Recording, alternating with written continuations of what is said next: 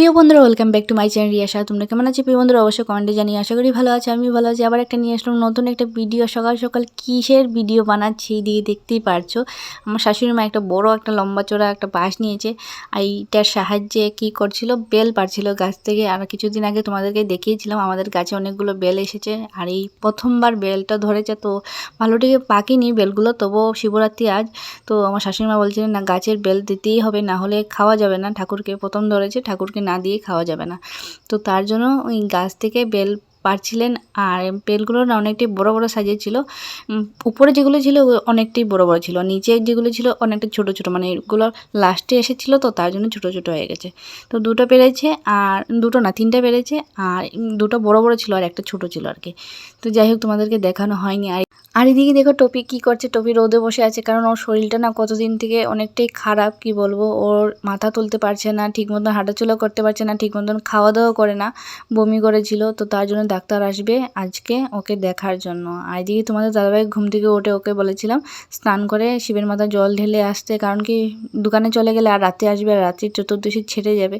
তো তার জন্য আর কি তখন তো জল দিয়ে লাভ হবে না। তো তোমাদের দাদাভাই সকাল সকাল স্নান করে শিবের মাথায় জল ঢেলে এসেছে।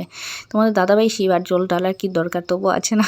তো মানে সবাই বলে না, পুরুষই মানে শিব বাবা, ওদেরকে শান্তি করো, সব কিছুই শান্তি। তো ওই আর কি, ওই কারণেই বললাম আর কি। যাই হোক, তো তারপর আমিও স্নান টান করে এই যে সব কিছু জিনিসপত্র নিয়ে নিয়েছি, দুধ, জল, বেলপাতা, তারপর কলা, আপেল, তারপর নারকেল ছিল, নারকেলের জলও নিয়েছি, আর নারকেল একটু করে মানে কেটে রেখেছি, আর ফুল টুল যেগুলো সামগ্রী মানে লাগে দেওয়ার জন্য সব কিছুই একসাথে মিলিয়ে টিলিয়ে নিয়ে নিলাম।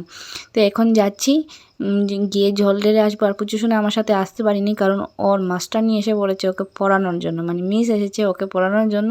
আর ও আমাকে রেডি হয়ে যে বেরিয়ে যাচ্ছিলাম, তখন অনেকটাই কান্না করছিল, বলছিল মা আমাকে নিয়ে যাও। আমি বলেছি তুই পড়ালেখা কর, শেষ হলে আসবি।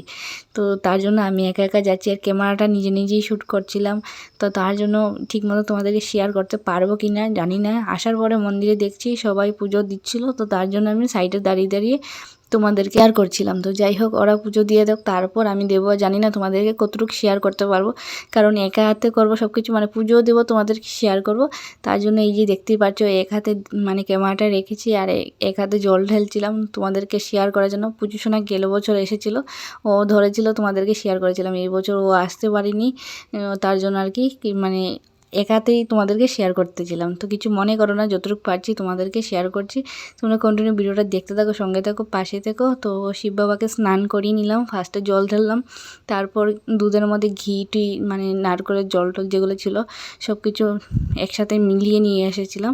তো ওগুলো ঢেলে দিলাম, তারপর একটু মাথাটা ঘষে দিলাম, শিব বাবাকে একটু ঘষে টষে পরিষ্কার করে দিলাম। তারপর জল ঢেললাম, জল ঢেলে বেলপাতা ছিল ওগুলো দিলাম, আর অন্যরা যারা দিয়েছিল বেলপাতা ওগুলো সবার আগে নিচে রেখে দিয়েছিলাম।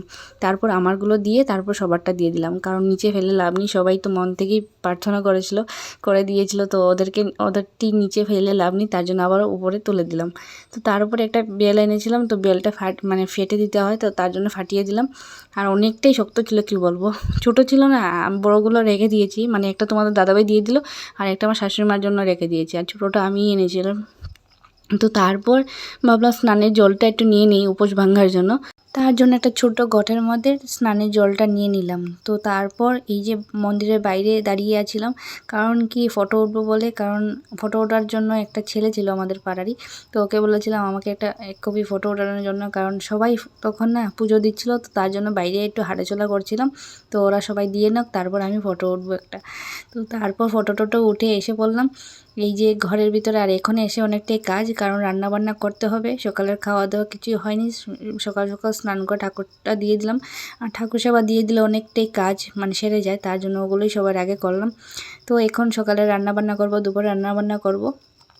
তো তারপর দুপুরে রান্নাবান্না করতে করতে এদিকে দেখতেই পাচ্ছ কি মানে টফির ডাক্তার এসেছে, কারণ ওর শরীরটা বেশ ভালো নেই। আর এখন মানে শুনেছি সবাই বলছিল কুকুরের নাকি ভাইরাস বেরিয়েছে, মানে এরকম মানে জিমে থাকে, তারপর খাওয়া দাওয়া করে না, বমি টমি করে, ওগুলো বলে ভাইরাস বেরিয়েছে। তো শুনেছি ওই রকম।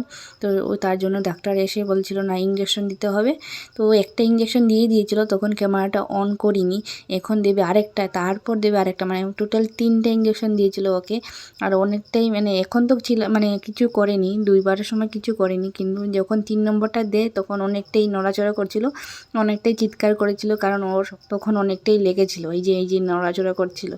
তো ওকে জানি না এগুলো দিয়েও ঠিক হবে কি না, এই যে সরে সরে থাকে এখন, আর আমাদের সাথে এতটা মিশে না আগের মতন। তো তারপর বিকেল হয়ে গেল, প্রচুর ঘুম থেকে উঠে রেডি টেডি হয়ে সাইকেল নিয়ে শুরু হলো ওর ঘোরার ফিরা। আর ওর দাদা বলেছিল তখন সাইকেল নিয়ে আসবি না, সাইকেল ছাড়া আয়, হেঁটে হেঁটে ঘুরে আসবে চল।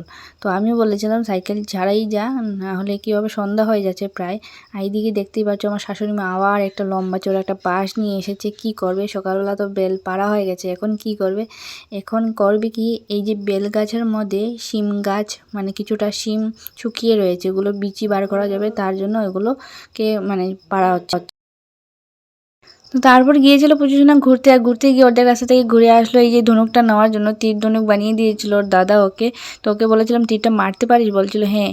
আমি বলছিলাম মেরে দেখা তো, আর কীভাবে শ্যুট করেছিল দেখবে, একদম ডাইরেক্ট এসে ক্যামেরাতে পড়েছিল একটুকের জন্য, না হলে চোখে লেগে যেত। আমি তো ভাবতে পারিনি ওই ওরকম যে মারতে পারবে।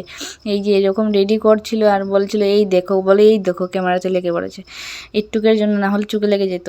চোখে লাগলে তো কী হতো উপায় অবশ্যই তোমরা জানো। তো তারপর গেল ঘুরতে। আর এইদিকে দেখো টফি কী করছিল, টফি ঘরের ভিতরে ঢুকে বসে আছে, ও একদম মনমরা হয়ে গেছে, কি বলবো, ওর যে কি হয়েছে কিছুই বুঝতে পারছি না, কখন যে ও ভালো হবে। ওই রকম মনমরা হয়ে থেকে মানে ভালো লাগে না, সারাক্ষণ আমার সাথে খেলাধুলা করতো, ওইটাই অনেকটাই ভালো লাগতো। এখন যে চুপচাপ হয়ে বসে আছে, একদম ভালো লাগছে না। কি করে যে কিভাবে ভালো হবে সেটাই বুঝতে পারছিলাম না, অনেকটাই কষ্ট পাচ্ছিল, বুঝতেই পারছি ও চোখ মুখ দেখে।